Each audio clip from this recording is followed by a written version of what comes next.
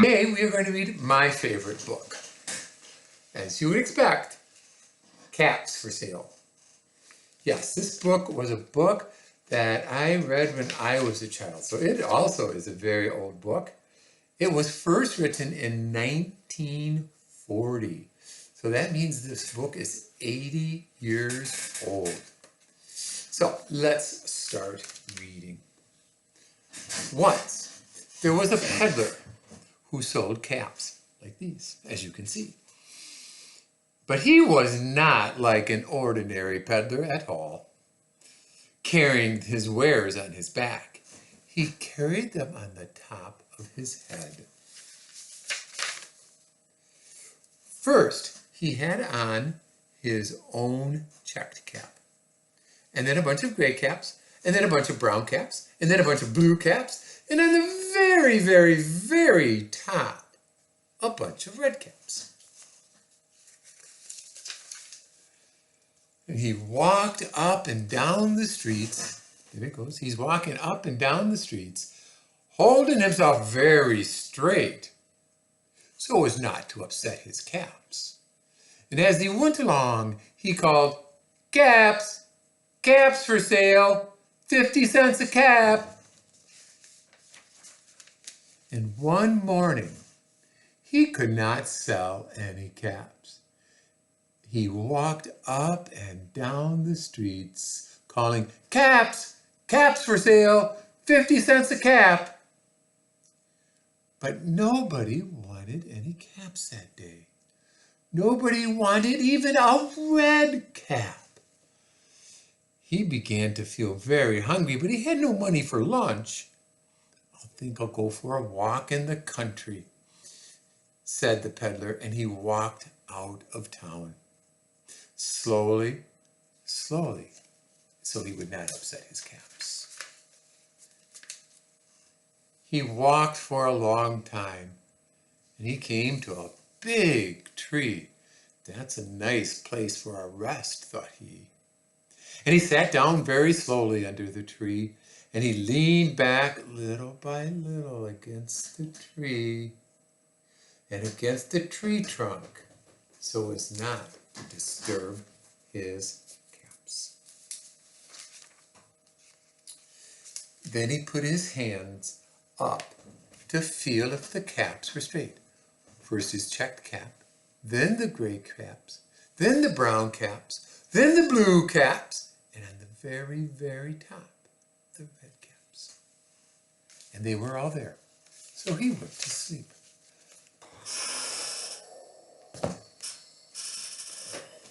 And then he woke up. But he did sleep for a long time, very long time. And when he woke up, he was refreshed and well rested. But before standing up, he felt to make sure his caps were in the right place. And all he felt was his checked cap. He looked around. To the right, no caps. To the left, no caps. And behind him, in front of him, no caps.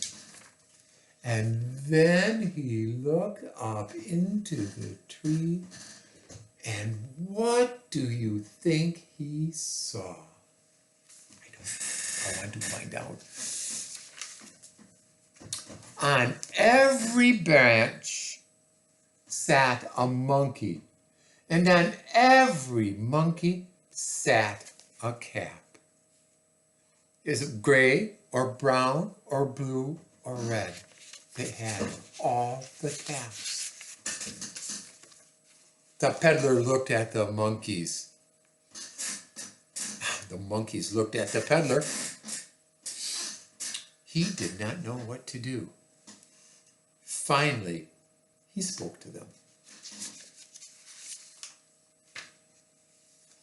"You monkeys, you, give me back my caps." But the monkeys only shook their fingers back at him and said, "Tiz, tiz, tiz." Because monkeys can't talk, so they can only make noise. This made the peddler angry, so he shook both his hands at them and said, "You monkeys, you give me back my caps." And the monkeys shook both their hands at him, going, "Tiz, tiz, tiz." Of course, that made him even angrier, and he stomped his foot. And he said, "You monkeys, you give me back my caps." But the monkeys only stamped their feet back at him and said, "Tiz, tiz, tiz." By this time, the peddler was very angry, and he stamped both his feet, shouting, "You monkeys, you give me back my caps." But the monkeys only stamped both their feet and said, "Tiz, tiz, tiz, tiz, tiz." At last, he became so angry that he pulled off his own cap and he threw it on the ground and began to walk away. But then, each monkey pulled off his cap. And I wonder what they did. I bet they... Oh, I lost that page. But then each company pulled it away, and all the gray caps, and all the red caps, and all the blue caps came falling down out of the tree. Well, that was pretty exciting for the peddler. So he picked up his caps.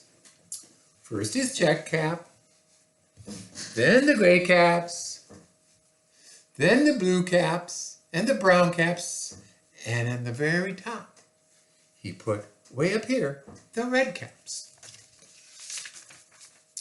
And slowly, slowly, he walked back to town calling, "Caps, caps for sale, 50 cents a cap." He's all set there. The end. I hope you enjoyed that story because it is one of my favorites.